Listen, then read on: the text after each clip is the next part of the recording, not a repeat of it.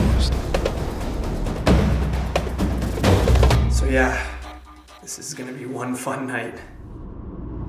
We are headed to film probably one of the most requested videos on my channel, which is Alone, Episode 5.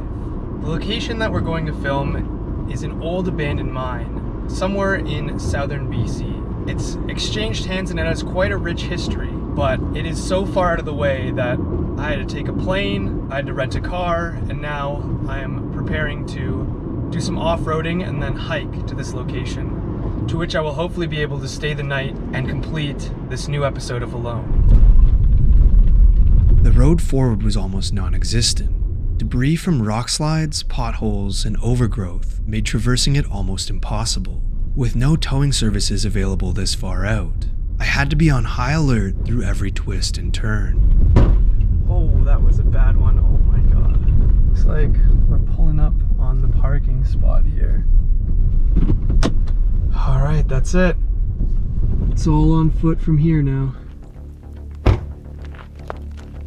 With the treacherous off-road section behind me, I now faced a whole new set of obstacles. The hike to this location was through an extremely hazardous rock slide zone that butts right up against an active mine.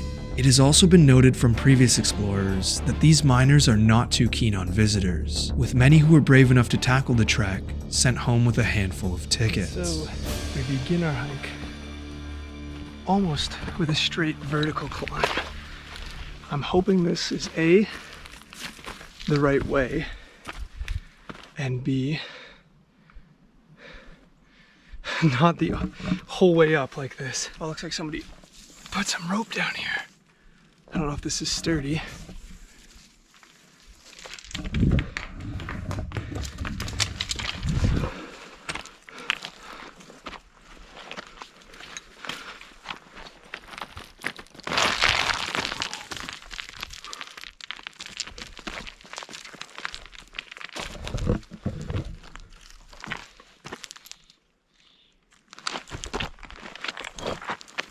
Oh boy, this looks fun. Just gotta take it so slow because one wrong step, one little slip, and it's game over, man.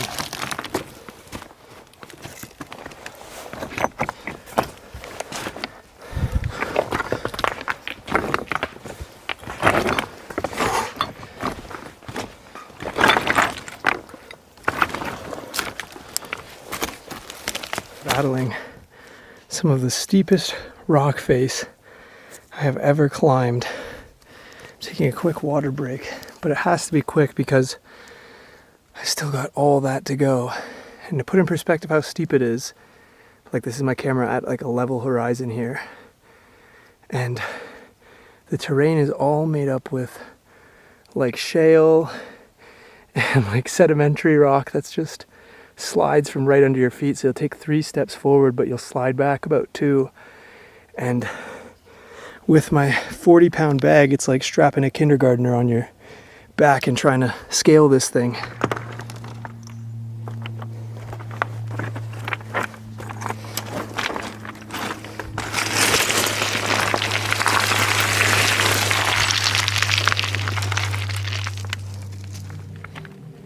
As I continued to scale the treacherous mountain terrain, I thought I was making good time. It wasn't until I reached the peak that I would realize I had actually lost the trail and wandered straight into the active mine.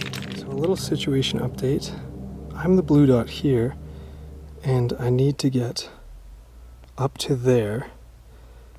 You can actually hear, because I'm quite close to the road, the active mining trucks here, and I was hiking this way due east. I just pulled my compass out, and you can see that I was heading in the wrong direction. So I've just been following game trails essentially, which I thought to be the original trail, but I gotta head directly that way and hope that none of the mining trucks spot me because they do not like visitors.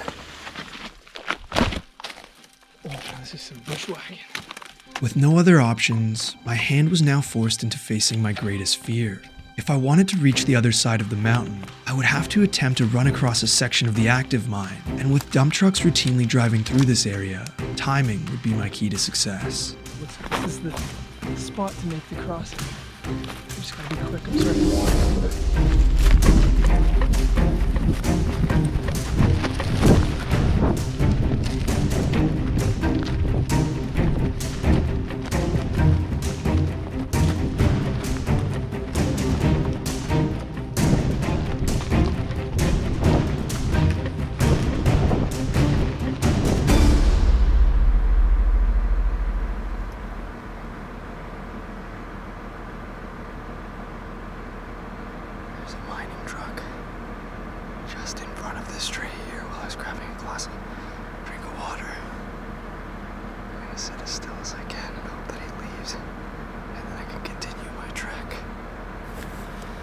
I've just tucked myself in to a nook in the trees here where I'm barely hidden from sight.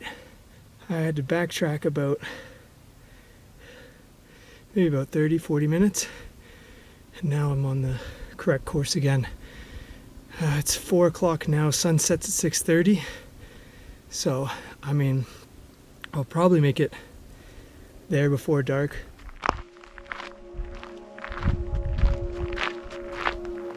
After what was probably one of the most intense hikes of my life, I had finally set my eyes on the assortment of chaotic wooden structures that compose the abandoned mining settlement. For the first time since I set out this morning, I took a deep sigh of relief thinking the worst was behind me, but I would later learn that this was not the case. Well, we've arrived. It was quite the journey to get here, but now it's only 950 steps down to the bottom.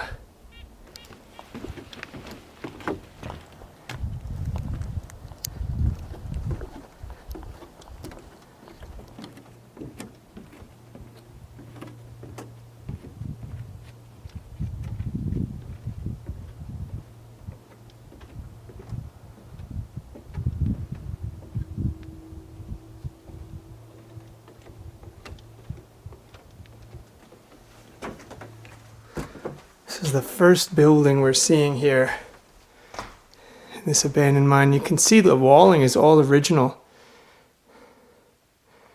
It's just crazy. They've put up some supports here.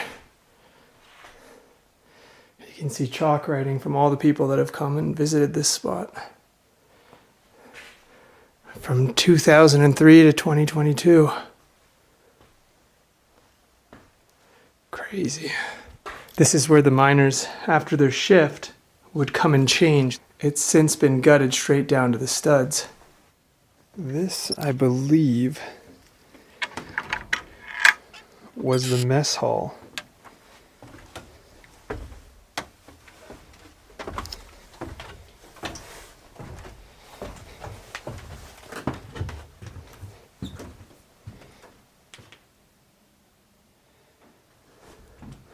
Look, yeah, they would have had like a kitchen here, a kitchen prep station.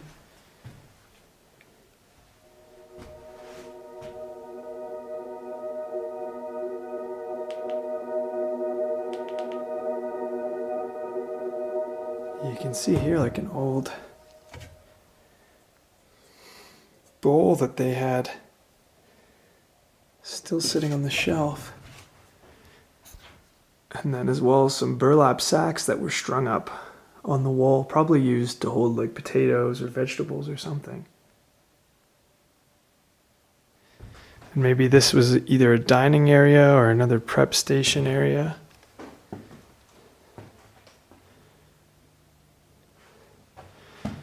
Not all too sure, but you can just imagine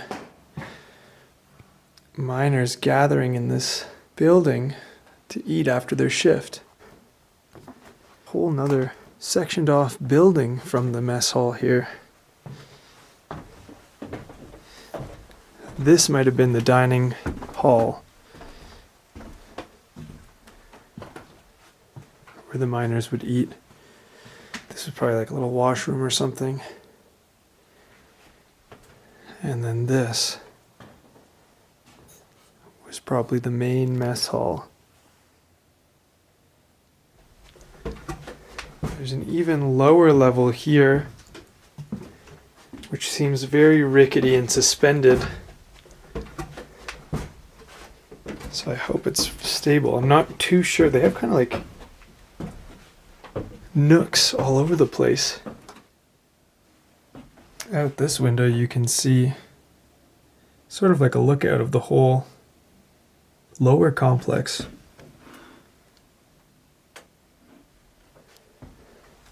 I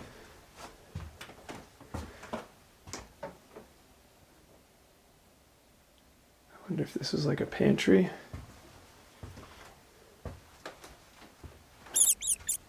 Oh, you can see a little rat just crawled into that crevice there. I wonder if this was the cook's quarters or if this was like a giant pantry.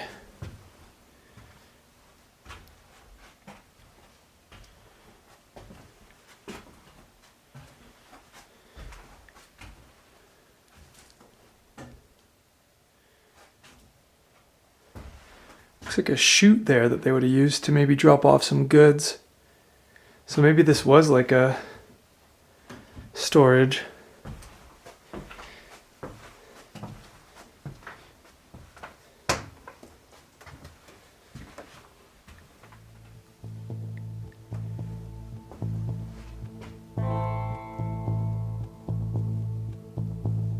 Having now explored some of the uppermost buildings, I made my way down a few more steps to discover what lay at the heart of this settlement. The building I'm exploring today was built in the early 1930s and began its operations in 1935. It ran as a gold mine until 1949, when it was decommissioned and the property was left disused, until eventually in the 1990s they opened up another mine on this property, which is still active today. But since the 50s, all this equipment and all these structures have just been left sitting here until 2003, 2004, when there was a proposition made to demolish and burn down all of these beautiful wooden structures you see before me here. A heritage group actually ended up stepping in and preserving a lot of these structures, and the team that was preserving this actually came in and they put new roofing on all of the buildings and they stabilized many of the structures. They operated as a tourist site until 2017, when they eventually closed down to never reopen.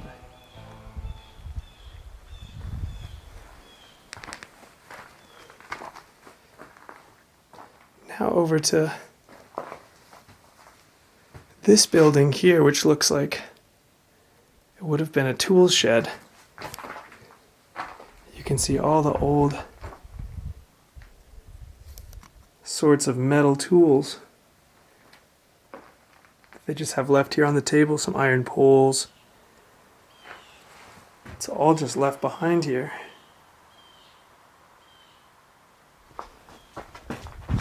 You can feel the cool air coming from the mine. And oh my god, they put like people back there. That's so creepy. Well, looks like I'm gonna have to find another way into the mine.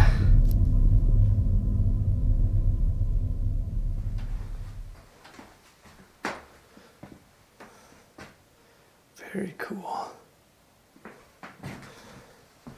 Okay, so this would have been like the front office, or the front desk right here. I wonder if this is a new addition or if this was original to the building. Hello?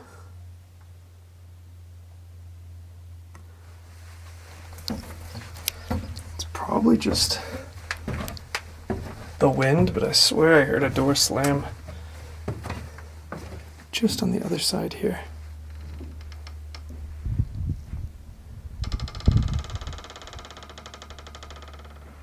Very eerie.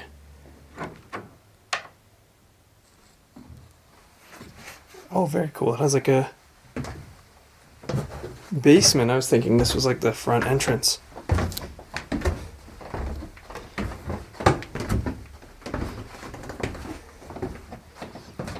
Once again, most of it's gutted to the studs.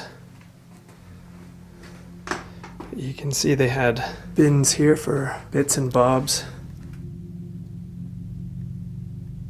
Oh, this section sounds rickety, and you can see it's quite a drop down below.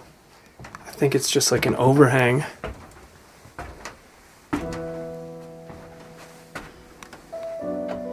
Oh, very cool. It leads into like a loading area. Ore and sometimes passengers traveled from the mine to the mill on an aerial tram. You would have fed ore or loaded up a miner into here, and sort of like a cable car, it would take you all the way up to the top there.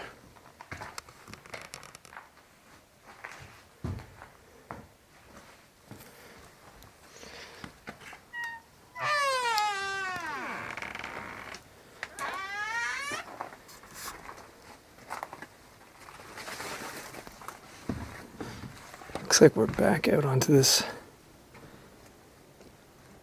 main section. So in the compressor shed for like air compressors for the underground machinery and stuff. And holy, you can see they turned it into a whole sort of like exhibit here. But it's just crazy to see everything left behind. It's like a museum.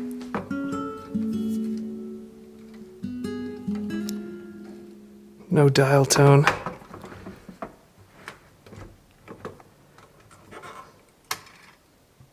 Oh, that's awesome. You can see like a replica scale model of the mine here. All the buildings. And they even have the different shafts.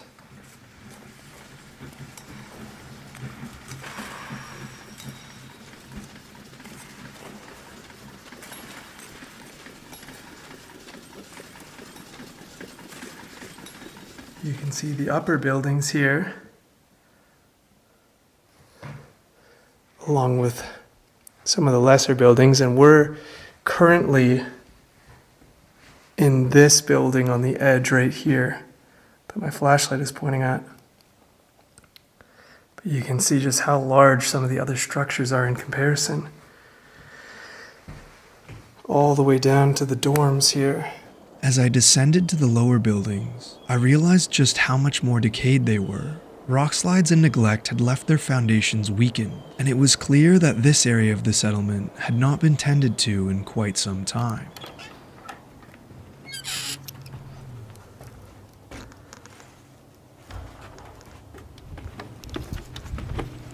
Gotta watch your step on some of these. They're beginning to crack and fray. You can see they used to have rail lines that sort of lead to nowhere now. But I'm gonna try and get up for you guys into this.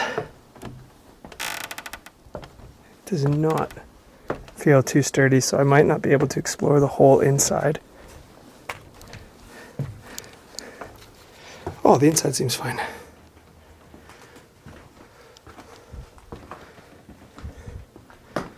I think this is a little bit too decrepit to sleep in, but it is an interesting structure. Oh, you gotta be careful where you step, that drops straight down. Yeah, imagine you're sleeping and you wake up to this view. Just incredible. With the sun now beginning to set, I was tasked with finding a place to make camp for the night. Although I'm sure the structures were safe, I had an irrational fear that the shaky stilts my building was founded on would give out while I slept. I chose a small isolated room in what once was the settlement's office building. I even managed to find a decent room with one door that actually locked from the inside. I didn't know what the night had in store for me, but I was sure as hell going to prepare for it as best as I could.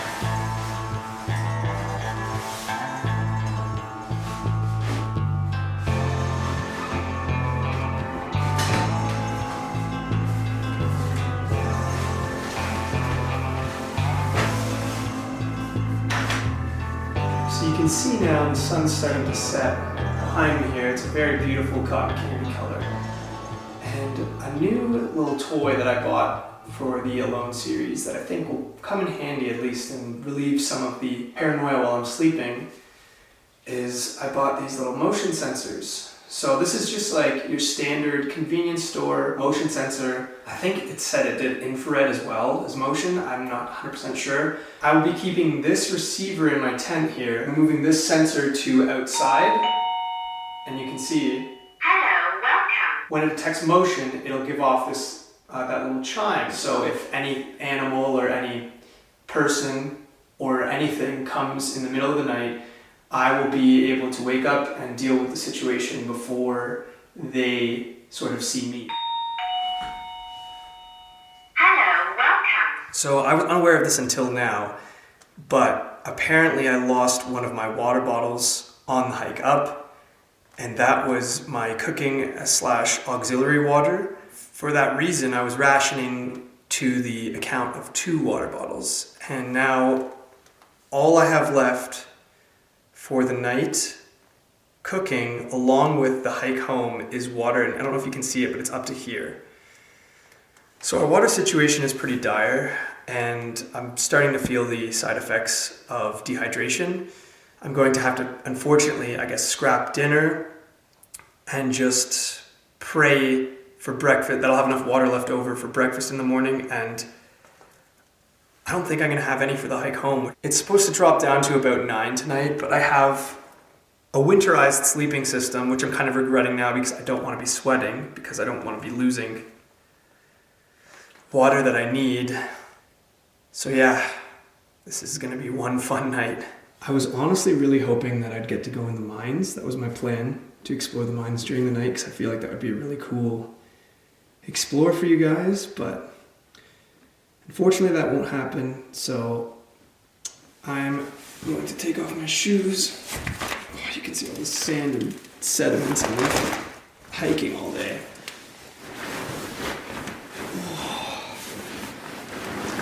Okay. Good night, everyone. I'm starting to think the motion sensors weren't the greatest idea. It went off once and creeped me out, and I went to go check on it.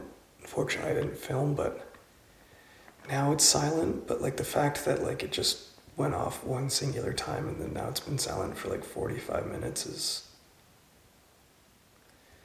something.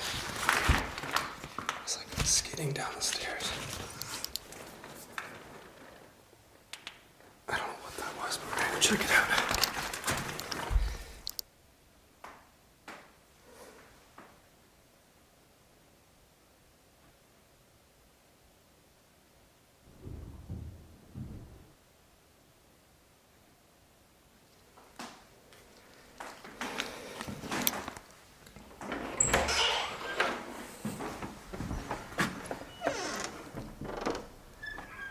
Whatever it was, it came from downstairs.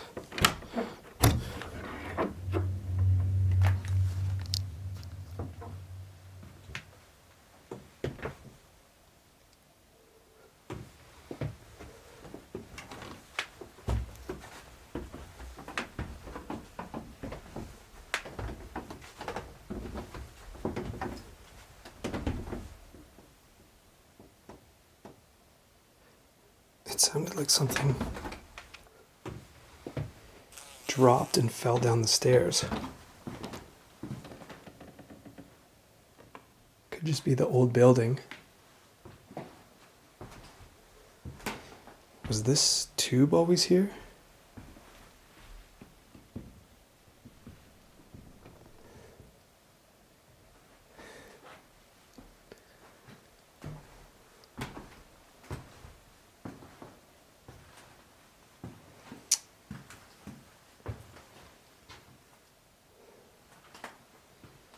Of course, now that I go to investigate, I don't hear anything.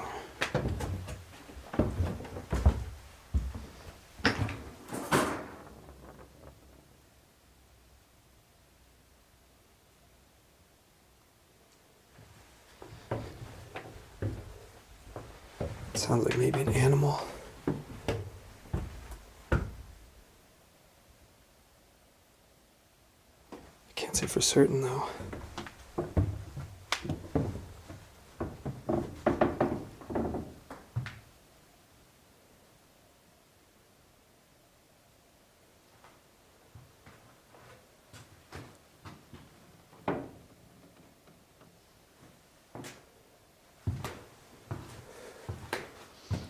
We go into the basement now.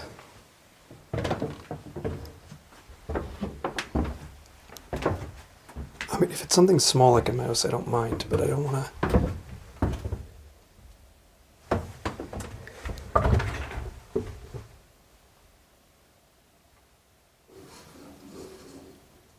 There's something over there.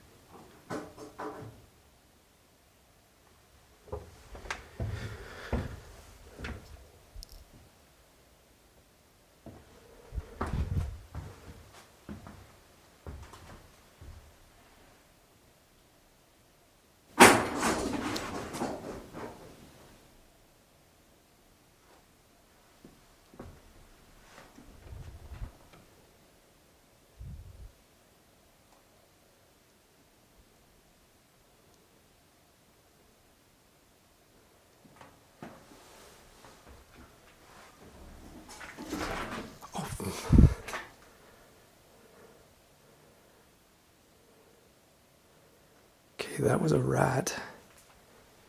But what was over here?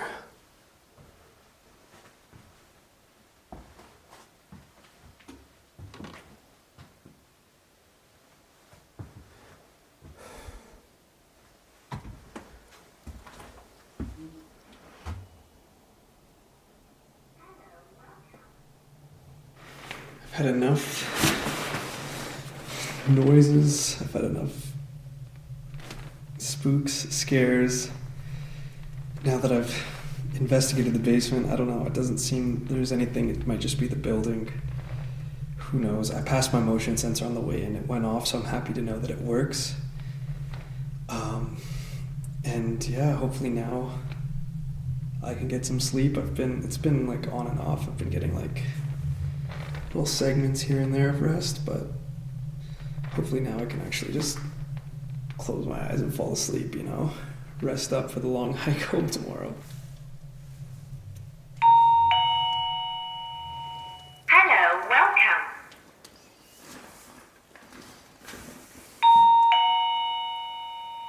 Hello, welcome.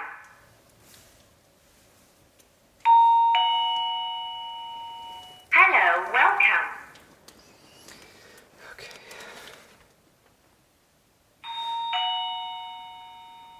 Hello, welcome.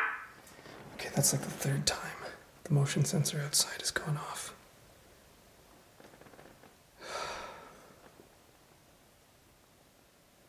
Okay, I'm gonna go check it out.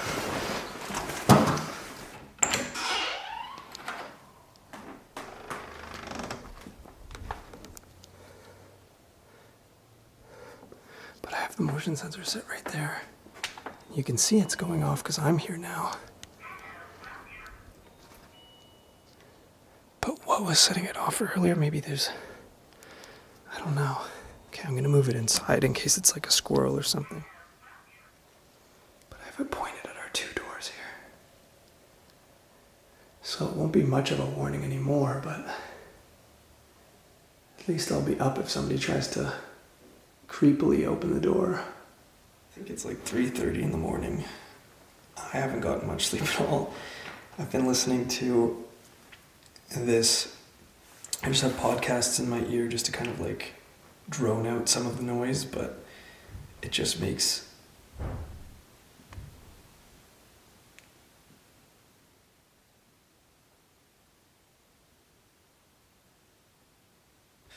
okay, I think we need to go investigate that because I know I closed all the doors, so that concerns me a little.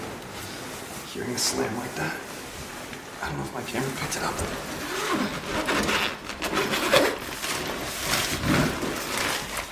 Unlock the door.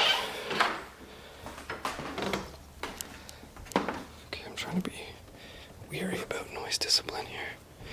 Or light discipline, because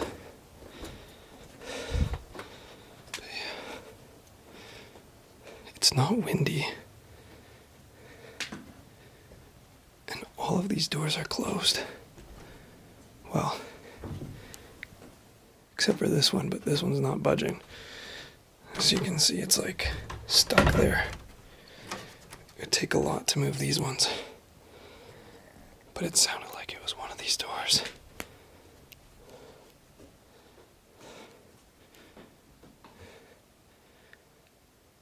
That's so bizarre, they're all closed. Like,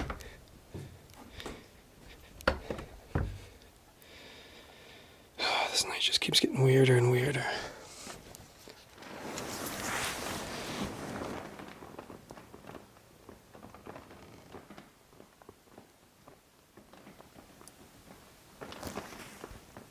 I swear I just heard the lock click.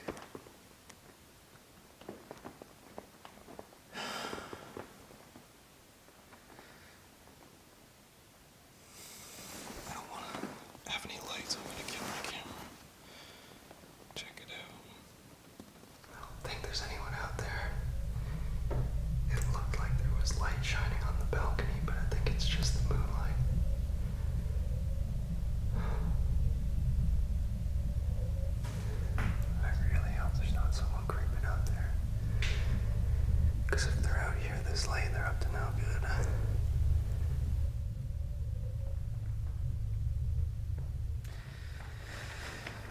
You can just hear the ambient sounds of this old building, like the wind's blowing, and clearly it's making the wood creak, and there's pack rats.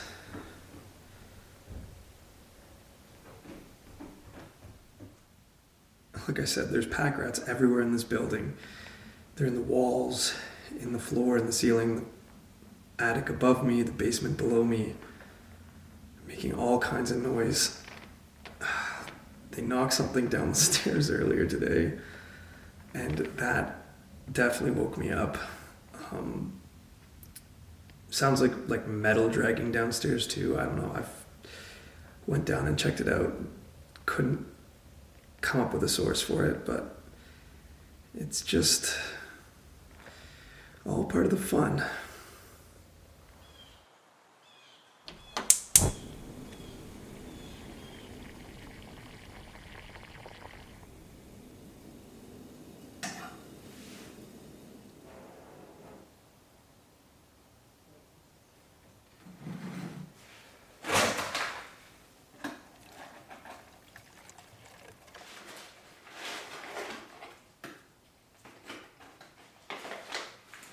Well, that was the last of my water supply, so I hope I can manage the hike back.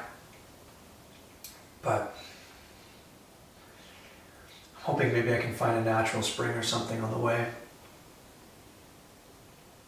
If I had to rank this alone with the other ones, I'd say this one is honestly a close second behind the Coyote Night, just because of how disturbed I was from all the rats and animals and the motion sensor. It was just not a fun night. I got maybe 3-4 hours of sleep, so I got more than usual at least. And I think honestly just being dehydrated played into that a lot, and it let my mind kind of wander, where I'm usually pretty stable and stoic mentally in these situations. I think it only got down to about 9 degrees, which is still pretty cold. But I was expecting like 1, 0, potentially in the negatives, because we are in fall now. So you never really know what you're gonna get. But I'm just happy for the night to be over, and I can't wait to get out of here. As the sun rose, a blanket of warmth and comfort washed over me. Delirious, dehydrated, and dead, I had fought my way through another night. I packed up my camp and saved my final drops of water for the hike home. As I took one last look out over the settlement of Mascot Mine, I was greeted with a beautiful view of the mountain range that surrounded it. In the end, this journey may not have gone the way I had planned. Whether it be climbing my way through rock slide zones or getting lost in the nearby mine, I was grateful for it all. My time spent up in these mountains will surely be an adventure I will never forget.